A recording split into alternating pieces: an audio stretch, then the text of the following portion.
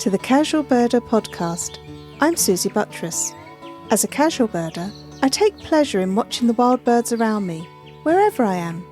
In my show, I share the joy of birding. I tell you about the birds I've seen, speak with experts and enthusiasts, go on bird outings, and I share stories from birders around the world.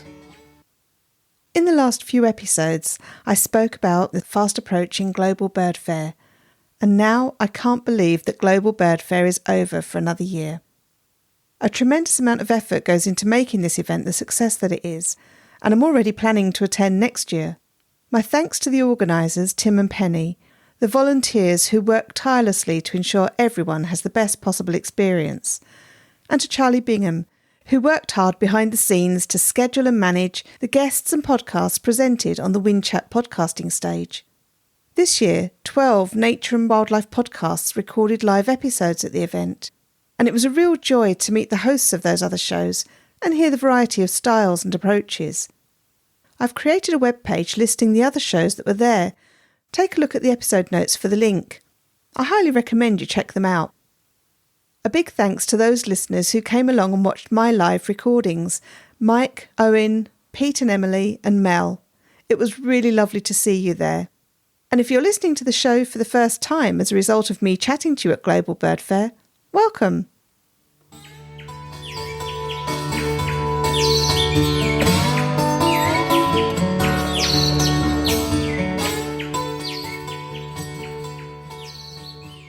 My guests this episode are Sandra Morocho and Michaela Leeb.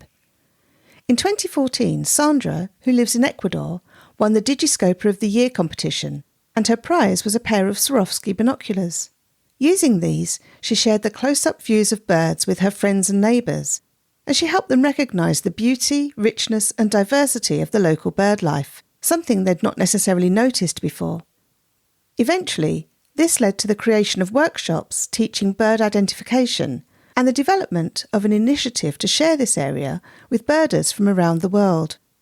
The participants founded Birdwatchers of the Quijos Valley, a group dedicated to promoting conservation through birdwatching and reforestation on the Andean eastern slopes of Ecuador.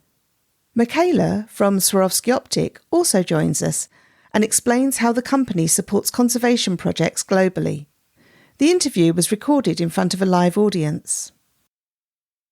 Good morning, everyone. I hope you're still enjoying Birdfair. I can't believe we're on the last day. Make the most of these hours. I'm really pleased to welcome on the Casual Birder podcast Sandra Morocho from Ecuador, and we're going to be hearing Sandra's story this morning.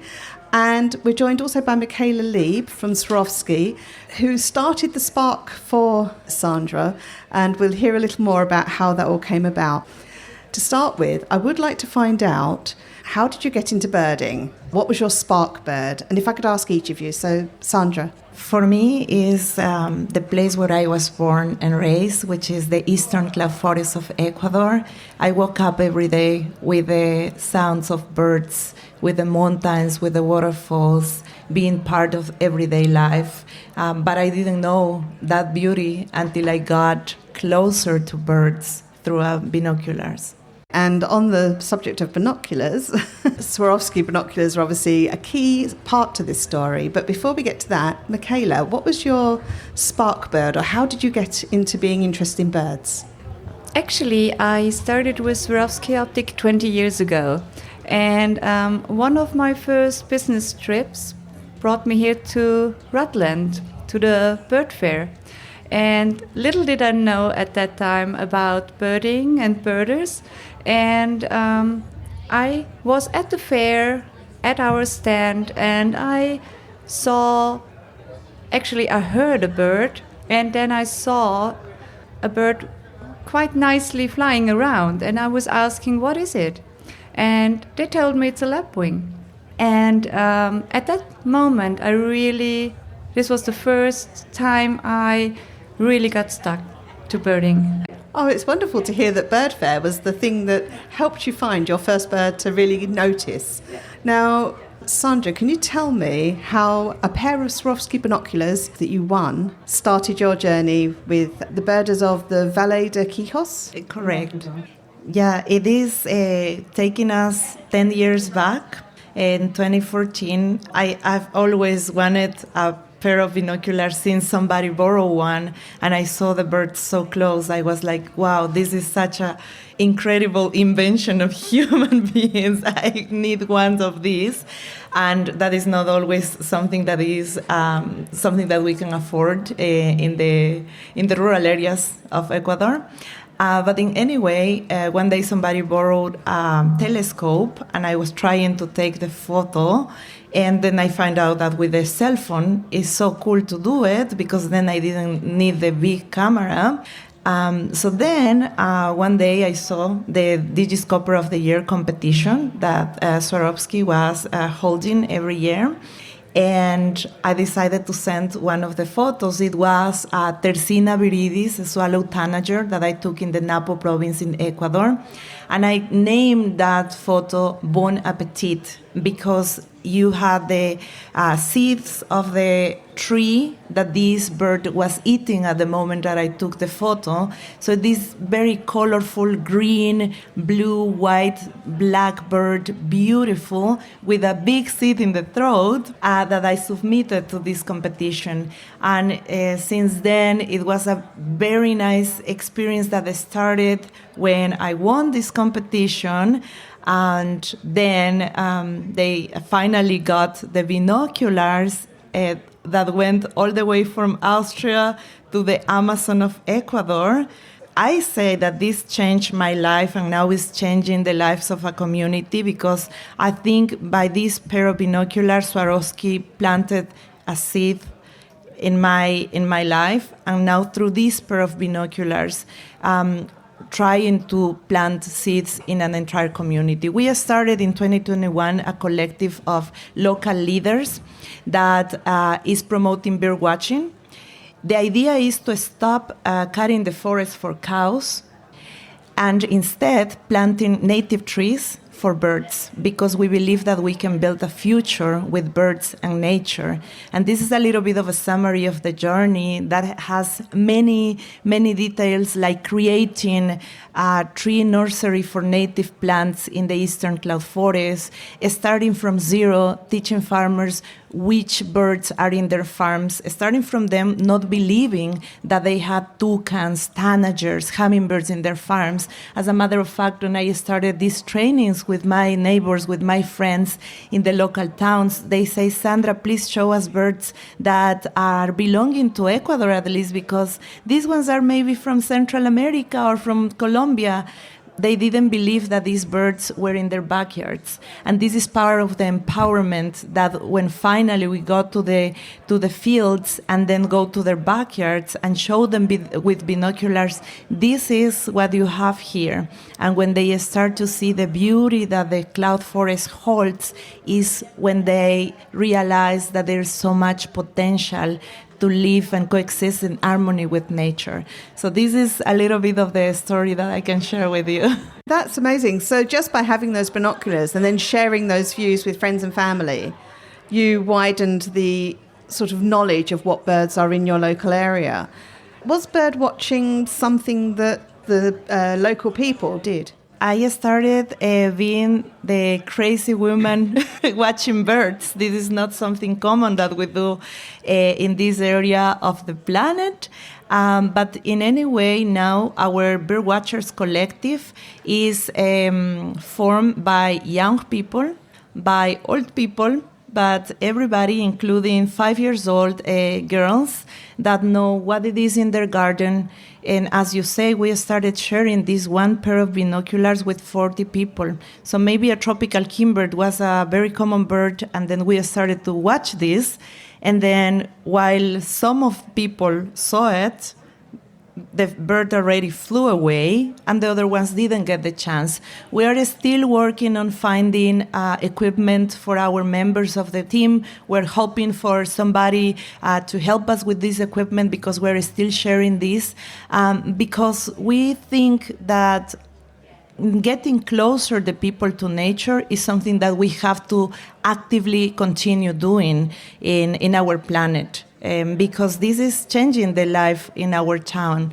And now having people approaching to nature with respect, approaching to nature with the hope to build a present and future with nature, it is something that we should be definitely do. And I understand that you created some workshops for local people to attend. What form did the workshops take? Yeah, so we had two parts in the workshops. One part was in classroom, trying to learn the basics about what is biodiversity, what type of biomes we have in the planet, where we are located, why we are mega diverse in Ecuador, what is the type of species that we find in Ecuador, and then go into the field. And what we learn in classroom, this is what we have in the forest. This is the spaces where we can find birds. It's amazing. Is in the water. We have lagoons. Is in the forest. We have 10 different elevations in our Quijos Valley, and taking people into the field, and that makes sense. What they learn in theory is possible to see in action. So, going to the Antisana National Park to watch the Andean condor, going to the farms of our neighbors to see the emerald toucanet, to see the sorbill hummingbird, to see all these amazing varieties of mountain tanagers and mountain toucans. This is what their training was about, but also going to consolidated destinations within Ecuador, like the Northwest and Mindo area, where also they had 30 years ago the same conditions that we have now, and for people to learn what are the possibilities to do within the land, to change this idea of where I cannot put or grow a cow that's useless. Now, these useless spaces are the spaces where the biodiversity is concentrated, and where now we are establishing birdwatching as an alternative income, for example. Right. Can you just tell me, I should have asked you at the beginning, whereabouts you are in Ecuador? The Quijos Valley is located in the eastern side of Ecuador. Once people land in the Quito airport towards the east, 1 hour and a half only, you start finding the cloud forest of the Quijos Valley. We are composed by two areas, El Quijos and El Chaco, and we are the first tributaries in the Ecuador territory to the Amazon River. So you know that the Amazon goes all the way to the Atlantic. The heads of the Amazon River are in the Quijos Valley. So we are all connected through water, through nature, through wildlife. And when people go to the Quijos Valley, they can see over 600 species. As a matter of fact, we hold the world record with 493 species of birds in 24 hours in 24 kilometers. We do the bird count every year, and this is the maximum number that we have reached. And I know that this is big numbers because I've been trying to birdwatch here in Europe, and I haven't done this in 2 years yet. That is absolutely amazing. Do you already have a tourism industry? Do you already have people coming for birding or for nature activities? Yes, in the Quijos Valley there are very well known lodges like Wango and San Isidro Lodge, and also we are establishing new areas, new natural reserves, new hummingbird feeders, tanager feeders for people to go, and for sure training local guides, because now people they always knew their farm very good, their area very good. And now that this, also the knowledge about the bird species, now we are going even farther to find amphibians, butterflies, insects, all that compose the biodiversity. Now, yes, for the first time that we come here to the UK and to the bird fair, we brought our bird guide with the 100 more representative birds of the Quijos Valley, and also with a map where people can locate all these farms that now are turned into bird watching. And we have actually 25 locations where people can watch hummingbirds, tanagers, euphonias, quetzals, the famous cock of the rock, and also the torrent duck for sure, birds like the sorbill hummingbird, birds like the saffron crown tanager, like the plush caps, and so many others that are part of our forest are there. You gave me one of these leaflets and I just had a quick look through it and I was just blown away by the colour and the diversity of the birds there. It's just amazing. You're making me want to come very much. So I would like to just talk to Michaela briefly about the fact that there was this competition which started off this amazing journey for you.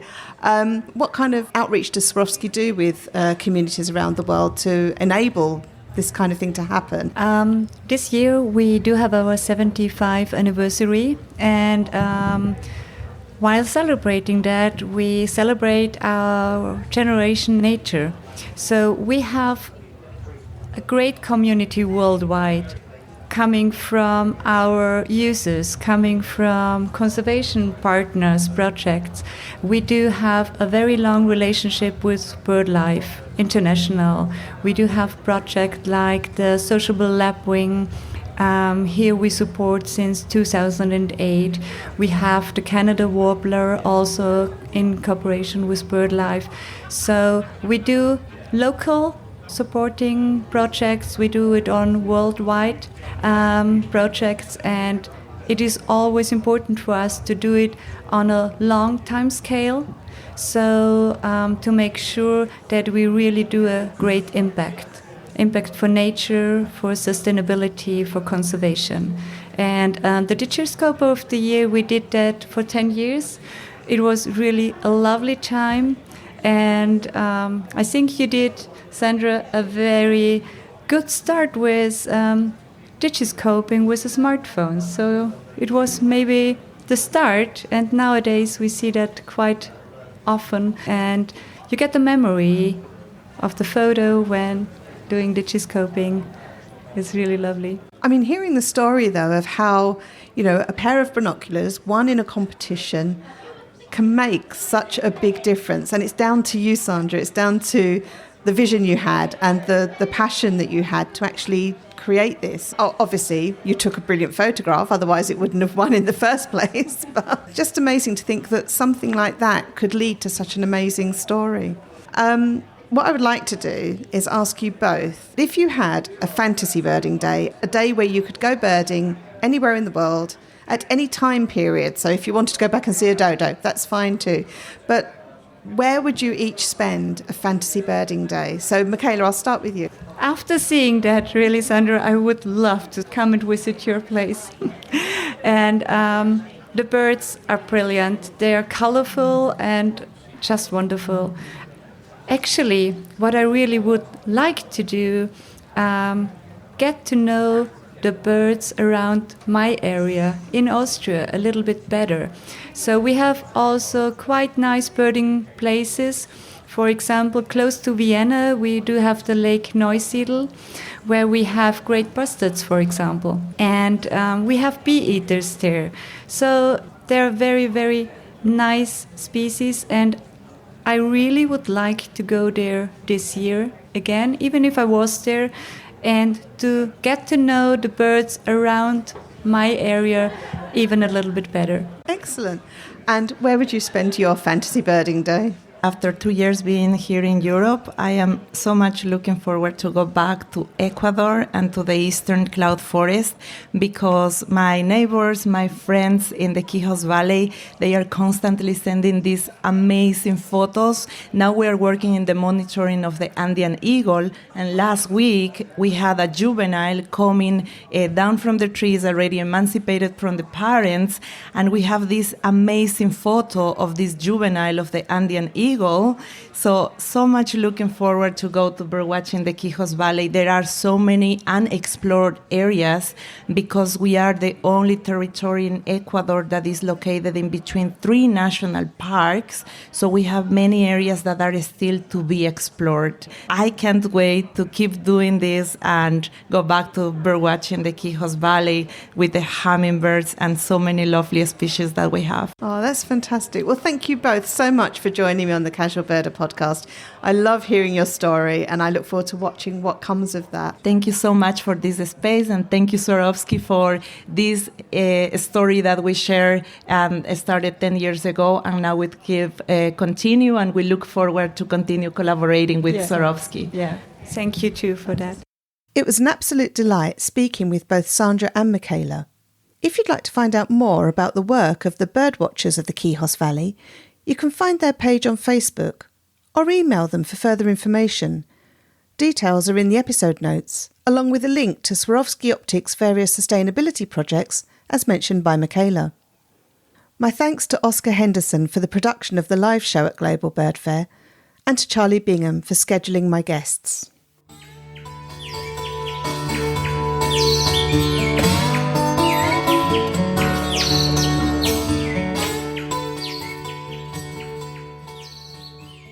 If you'd like to support the show's production, you can contribute to the show's tip jar by buying a virtual coffee. You'll find the link in the episode notes. All of your support, financial or otherwise, is very much appreciated. My thanks to Mary Lee, Sarah and Christina, who are the most recent supporters of the show. What birds have you seen recently that have brought you joy? Tell me about your sightings and stories by leaving me a message or voicemail using the contact form on my website, casualbirder.com. You can also keep up to date with any new blogs or other news by signing up to receive my emails. And maybe consider signing up for the Casual Birder Bird Club. We meet online once a month to share our birding stories. In our last Bird Club meeting, some of us shared some recent bird photos and told the group about them. There were some really amazing photos shared. A magnificent bearded reedling from young birder Harry, a Lessons Mot from Chris's recent visit to Costa Rica, Rob and Alison's spectacular Great Skewer and Great Northern Diver from their trip to Shetland, Andrew's red-browed pardalote and Bork's parrot from Cunnamulla, west of Brisbane, Christina's young goshawk on a branch, and an overflying white stork in Germany. And I shared a few photos from my recent visit to Keyhaven Marshes on the south coast of Hampshire, where I saw a roseate tern, a lifer for me. Next month's Bird Club will be back to our regular spoken format, but I can't wait to hear what our members have seen. Why not join us? We're very friendly. The link for signing up is in the episode notes. My thanks to Randy Braun for designing the artwork for the show. The theme music is Short Sleeve Shirt by the Drones. Thanks to them for letting me use it. Check out their website at dronesmusic.net. Thank you all for listening, and I hope you'll join me again for another episode of the Casual Birder podcast.